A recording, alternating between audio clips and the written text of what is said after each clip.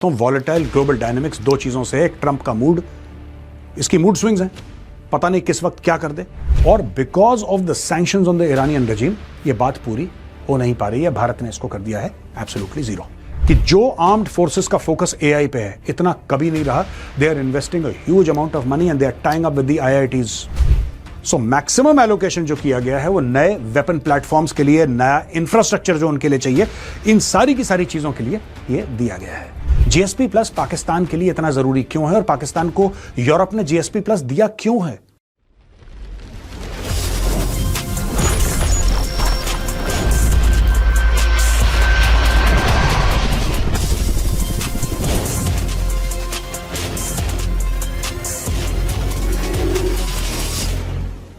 जय हिंद दोस्तों, मैं हूं मेजर गौरव और आप देख रहे हैं द चाणक्य डायलॉग्स।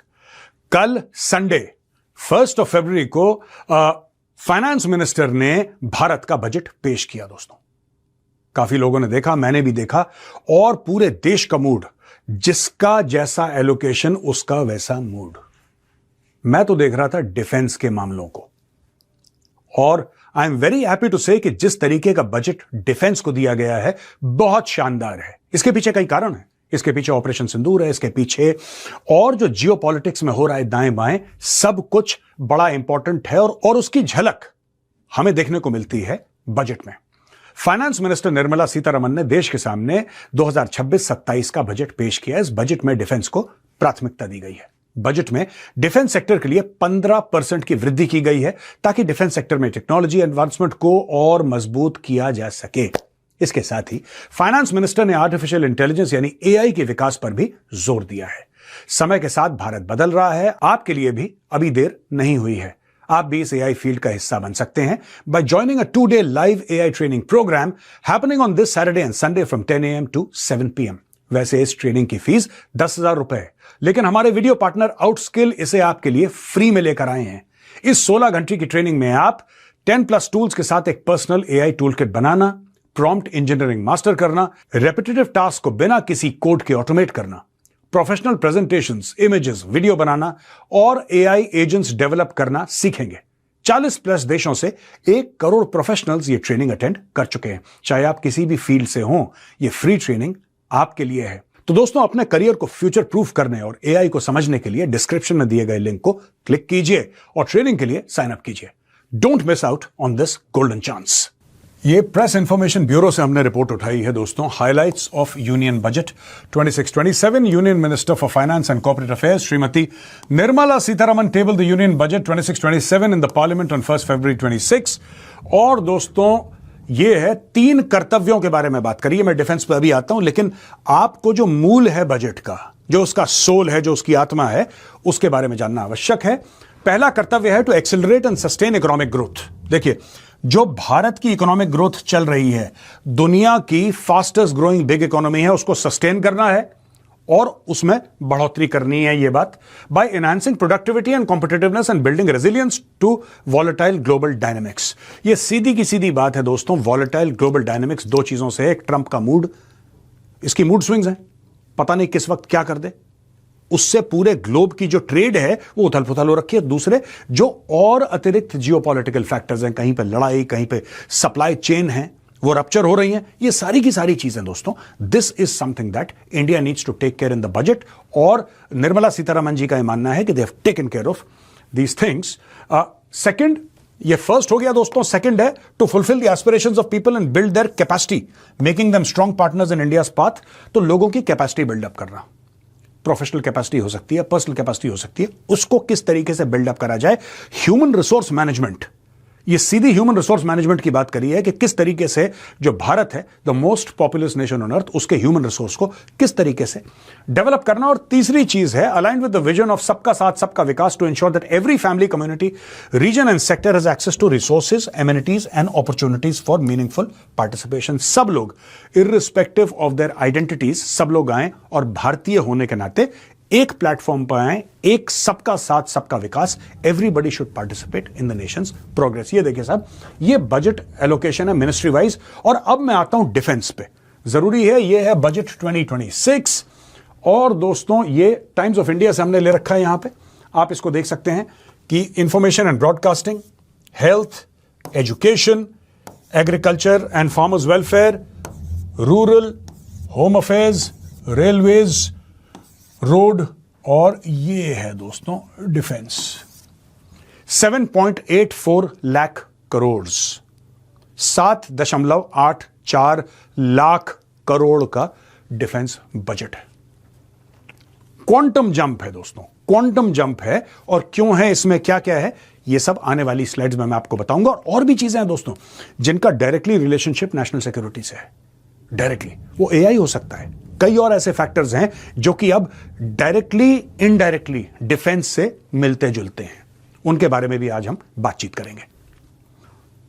अब ये देखिए साहब, डिफेंस बजट है 26-27। Ministry of Defense receives the record allocation among ministries. Defense budget of India stands at 7.85 lakh crore और ये इनका कहना है कि 14.68% allocated to Ministry of Defense, यानी कि 14.68% बजट का 14.68% MOD को, मिनिस्ट्री ऑफ डिफेंस को एलोकेट किया गया है। यहां पे दोस्तों आप देख सकते हैं डिफेंस 26-27, डिफेंस बजट है 26-27 का, अप्रोक्सीमेटली 15% का इंक्रीज हुआ है for strengthening national security, modernisation of arm forces and infrastructure development. तो आप ये देख सकते हैं दोस्तों किस तरीके से ये बजट बढ़ा है। ये 2021-22 में 4.48 का था, 22-23 में ये 5.25 का हुआ, 23-24 में ये 5.94 का हुआ, 24-25 में ये 6.2 का हुआ, 25-26 में ये 6.81 का हुआ और 26-27 में क्वांटम लीप ये हो गया 7.85 लाख करोड़ का। 7.85 लाख करोड़ का डायरेक्टली अगर इससे और इससे कंपेयर करेंगे 25-26 और 26-27 से, तो ये बनता है दोस्तों तकरीबन 15% का डायरेक्ट इंक्रीज। फिर आप इसको देखिए 7.85 लाख करोड़ डिफेंस बजट का। अब दोस्तों इसमें देखते हैं कि कैसे कैसे पूरी पाए है, पाए को कैसे एलोकेट किया गया है। अगर आप ये देखेंगे सिविल ऑर्गेनाइजेशंस अंडर एमओडी, इनका रहेगा 3.64%। डिफेंस की जो पेंशन्स हैं ये 21.84 हैं। पे एंड अलाउंसेस ये 26.40 हैं। रेवेन्यू एक्सपेंडिचर ये 20.17 हैं और कैपिटल एक्सपेंडिचर दोस्तों ये है 27.95। ये सबसे बड़ी चीज है और ये बहुत दिनों के बाद मुझे ऐसा देखने को मिल रहा है। आई डोंट रिमेंबर, मैं आपको बताता हूं क्या है ये कैपिटल एक्सपेंडिचर है ना, ये सबसे ज्यादा। आप देखिए इवन पे एंड अलाउंसेस जो है, तनख्वाहें जो हैं, ये 26.40 हैं, लेकिन यहां पे 27.95 हैं। ये सबसे ज्यादा है कैपिटल एक्सपेंडिचर और ये है जिससे कि ये वाला जो पाए है, इससे आएंगे नए हथियार, नई चीजें बनेंगी। सो मैक्सिमम एलोकेशन जो किया गया है वो नए वेपन प्लेटफॉर्म्स के लिए, नया इंफ्रास्ट्रक्चर जो उनके लिए चाहिए, इन सारी की सारी चीजों के लिए ये दिया गया है। बिजनेस टुडे से ये न्यूज हमने ली है, ये कहता है कि defence gets all time high of 7.85 lakh crores after 15% jump. Where the money goes? The 7.85 lakh crore envelope is broadly spread across 5 big heads: capital expenditure, revenue expenditure, pay and allowances, defence pensions and civil organisations. ये सारा का सारा हम पिछली slide में discuss कर चुके हैं। One of the most closely watch parts of the defence budget is the capital head, because this is where the big ticket purchases and modernization spending typically show up. The MOD said that a large share of the defense budget to the tune of 2.19 lakh crores has been allocated for capital expenditure, higher than 1.80 lakh crore in 25-26. अब ये देखिए दोस्तों, ये पिछले साल का जो defence budget था उसमें सिर्फ हथियार की खरीदारी करने के लिए, ब्रॉडली हथियार और उसके रिलेटेड इंफ्रास्ट्रक्चर की खरीदारी करने के लिए 1.80 लाख करोड़ का बजट था, उसको बढ़ा के 2.19 लाख करोड़ का कर दिया गया है। तो ये एक बहुत बड़ा जंप है। The MOD said that the upcoming projects under capital acquisition will equip the armed forces with the next generation fighter aircraft, smart and lethal weapons, ships, submarines, unmanned aerial vehicles, drones and specialist vehicles. The MOD said the allocation is meant to support both long-term capability building and immediate needs that emerged after Operation Sindoor. In addition to the modernization of the armed forces and financing their regular requirement, the enhanced allocation will also cater for the financial requirement that have arisen due to the emergency procurement of arms and ammunition made subsequent to Operation Sindoor. तो operation सिंदूर एक बहुत बड़ी चीज है इसमें, और अन्य geopolitical factors जो वॉलेटिलिटी है, बिल्कुल everything is so volatile nowadays that you need to be prepared. दोस्तों, जितनी कैपेबिलिटी होगी उतना डेटरेंस होगा. कैपेबिलिटी डेटरेंस एक साथ चलते हैं. आप कैपेबल नहीं हैं, आपका डेटरेंस कम है. आप बहुत कैपेबल हैं, आपका डेटरेंस बहुत है. It's simple. 2 + 2 = 4. अब अगर आप यहां पे देखेंगे scaling up of manufacturing in strategic and frontier sectors, तो ये बायोफार्मा की बात करी है, सेमीकंडक्टर मिशन की बात करी है. This has a very strong defence component. दोस्तों, मैं आपको बता रहा हूं, इसमें सेमीकंडक्टर्स में बहुत स्ट्रांग डिफेंस और नेशनल सिक्योरिटी का कंपोनेंट है. Electronic components manufacturing scheme outlay, इसमें बहुत तगड़ा एक डिफेंस का कंपोनेंट है. इसलिए मैं आपको ये सब चीजें बता रहा हूं. डेडिकेटेड रेयर अर्थ कॉरिडोर, आपकी बैलिस्टिक मिसाइल से लेकर आपकी क्रूज मिसाइल से लेकर आपके जितने भी सिस्टम है, देखिए हर चीज में आपको रेयर अर्थ चाहिए. To be very honest, you need rare earth in everything. From a defence perspective this is very critical. आपकी जितनी भी बड़ी बड़ी मिसाइल्स हैं, you need rare earth, you need magnets. उनके बिना थोड़ा ना चलेंगी है. और ऐसी बात नहीं है, सिविलियन सेक्टर्स में भी बहुत ज्यादा इसकी रिक्वायरमेंट है. एवरीडे थिंग्स में इसकी रिक्वायरमेंट है. आपकी कार के लिए, आपके टेलीविजन के लिए, हर चीज के लिए आपको रेयर अर्थ की रिक्वायरमेंट है. लेकिन मैं डिफेंस के पर्सपेक्टिव से आपको यह बात समझाना चाह रहा हूं. 3 dedicated chemical parks, scheme for enhancement of construction and infrastructure equipment, container manufacturing scheme to be introduced with budgetary allocation for 10,000 crores over 5-year period, and scheme to review 200 legacy industrial clusters. अब ये सारी की सारी चीजें हैं scaling up manufacturing in strategic and frontier sectors. यहां पे आ जाते हैं टेक्सटाइल सेक्टर पे. अब आप ये मुझसे पूछेंगे कि मेजर साहब, टेक्सटाइल का क्या डिफेंस है, लेना देना है? Why textile? आप टेक्सटाइल क्यों कवर कर रहे हैं सर? आप तो डिफेंस की बात कर रहे थे, हम टैंक और बैलिस्टिक मिसाइल्स के बारे में सुनना चाहते हैं. इसमें कपड़ा कहां से आ गया बीच में? दोस्तों, ऐसा है कि जब से भारत ने FTA साइन करा यूरोपियन यूनियन के साथ, वहां पे पाकिस्तान और बांग्लादेश का गला सूख गया है. ये मैंने पहले भी कवर करा था. पाकिस्तान और बांग्लादेश के एक्सपोर्ट इतने ज्यादा क्यों हैं? बांग्लादेश का बहुत ज्यादा है, पाकिस्तान का कम है. लेकिन इन लोगों को काफी चीजों में, स्पेशली टेक्सटाइल में, 0% इनके ऊपर इंपोर्ट ड्यूटी लगती है. 0 टैरिफ पे इनको बोला जाता है कि तुम बेचो. और क्यों? इसलिए नहीं कि इनका माल बहुत अच्छा है. Specially in the case of Pakistan. Why is Pakistan given GSP+? GSP+ Pakistan के लिए इतना जरूरी क्यों है? और पाकिस्तान को यूरोप ने GSP+ दिया क्यों है? क्या पाकिस्तान बहुत कोई तगड़ी चीजें बनाता है? नहीं. पाकिस्तान को ब्राइब दिया जा रहा है. जो यूरोपियन कंट्रीज हैं, पाकिस्तान को घूस दे रही हैं. पाकिस्तान को यह बोल रही हैं कि यार देखो, तुम ना डेमोक्रेसी मेंटेन करके रखना, तुम जर्नलिस्ट को मत मारना, जो रिलीजियस माइनॉरिटीज है ना, उनके ऊपर तुम टॉर्चर मत करना यार, तुम ये सारी की सारी चीजें मत करना, रूल ऑफ लॉ चलने दो, तुम कोर्ट्स को अपने चलने दो. अगर तुमने ये किया तो फिर हम एक काम करेंगे कि हम तुम्हें प्रेफरेंशियल एक्सेस देंगे यूरोपियन मार्केट्स का. ये गेम है दोस्तों. और बांग्लादेश को भी 0% पे बोला है कि 0% इंपोर्ट टैक्स, 0 टैरिफ. आप एक काम करो, आप एक्सपोर्ट करो.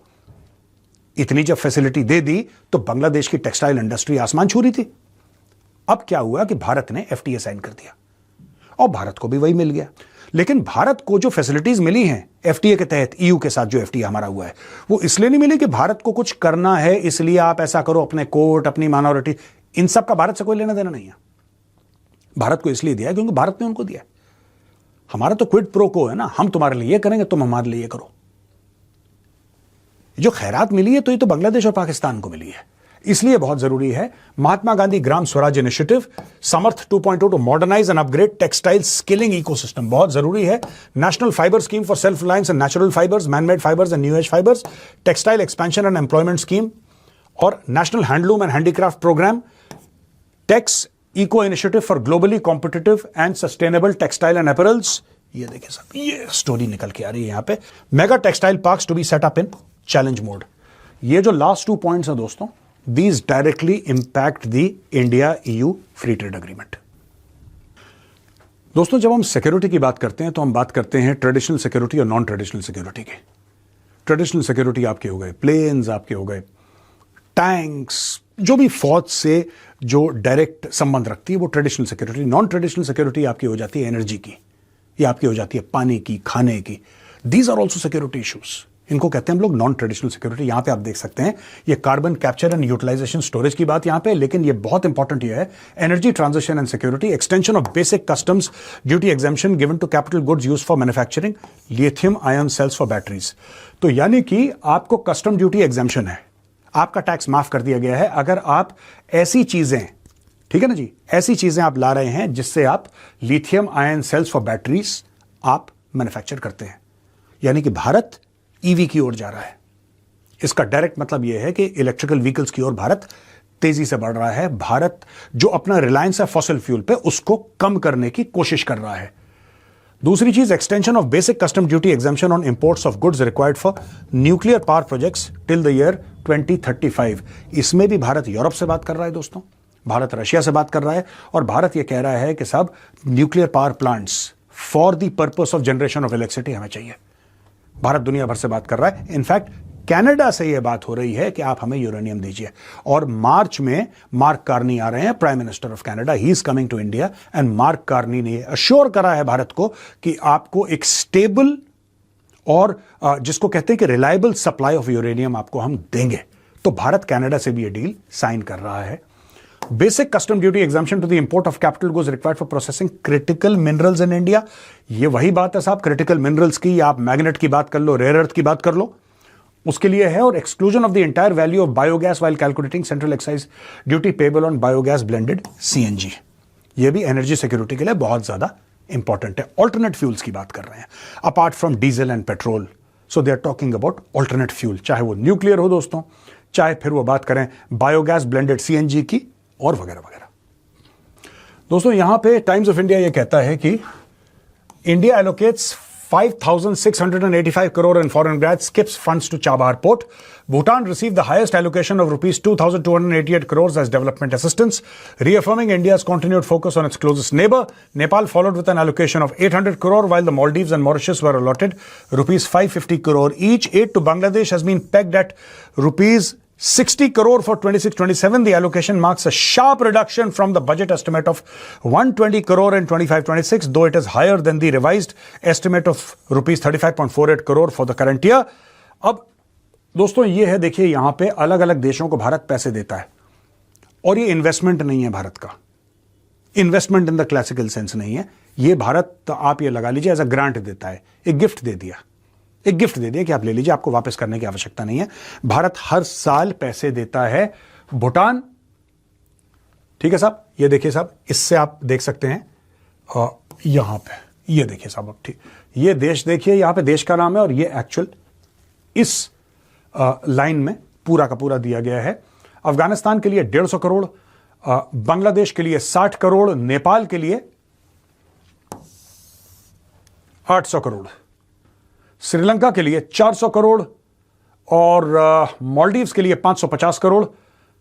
यहां पे आप म्यांमार आप देख सकते हैं 300 करोड़, मंगोलिया के लिए 25 करोड़, अफ्रीकन कंट्रीज के लिए है 225, और धीरे धीरे आप ये देखें ना, ये बड़ी इंटरेस्टिंग बात है कि चाबहार पोर्ट के लिए 0, ये देखिए साहब, चाबहार पोर्ट के लिए 0, और ये बात बड़ी इंपॉर्टेंट है। It is notable departure from recent years, no allocation has been made for Chabahar port project in Iran.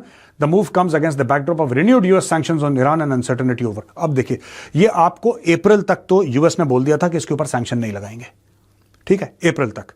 लेकिन प्रॉब्लम सबसे बड़ी क्या है दोस्तों, चीजें इतनी ज्यादा अनसर्टन है ईरान में कि किसी को, एंड चाबहार क्या है हमारे लिए, ये एक स्ट्रेटेजिक आउटरीच तो है, लेकिन it's also a business investment है ना। और because of the sanctions on the Iranian regime ये बात पूरी हो नहीं पा रही है, भारत ने इसको कर दिया है एब्सोल्युटली 0। और ये दोस्तों आखिरी स्लाइड है, बहुत जरूरी, वेरी इंपॉर्टेंट। द हिंदू ये कहता है कि 11 mentions of AI in Nirmala Sitharaman's address are the highest ever for an FM speech.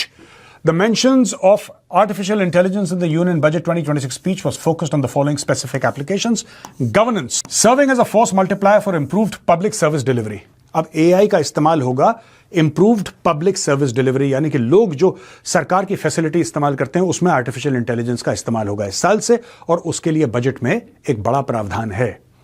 supporting new technologies, adopting new technologies in various sectors through AI mission and National Quantum Mission, labor market analysis, assessing the impact of emerging tech such as AI on job roles and skill requirements, Bharat Vistar, a new multilingual AI tool designed for broader linguistic accessibility, agriculture, integration with AgriStack portals and ICAR agricultural practice packages, healthcare and accessibility, R&D and integration into assistive devices for people with disabilities, customs and security, non-intrusive scanning and advanced imaging for risk assessment, education में है, professional development में है, तो हर जगह artificial intelligence पर दोस्तों वो जो डिफेंस वाला मामला है ना, मैंने आपको बताया था, बिगेस्ट आउटले डिफेंस का, उसमें आर्टिफिशियल इंटेलिजेंस किस तरीके से यूज किया जाएगा ये बात बताई नहीं है और ये बात बताने वाली भी नहीं है।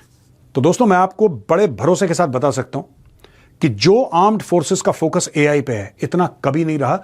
दे are investing a huge amount of money and they are tying up with the IITs everywhere, you know, Delhi का है, खड़गपुर का है, हर जगह के आईआईटीज के साथ आर्म्ड फोर्सेस का टाई अप हो रहा है and India's best brains of India are working on artificial intelligence and other latest technologies for the armed forces.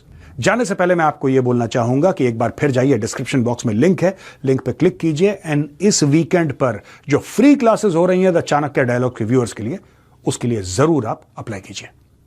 जय हिंद, वंदे मातरम, भारत माता की जय।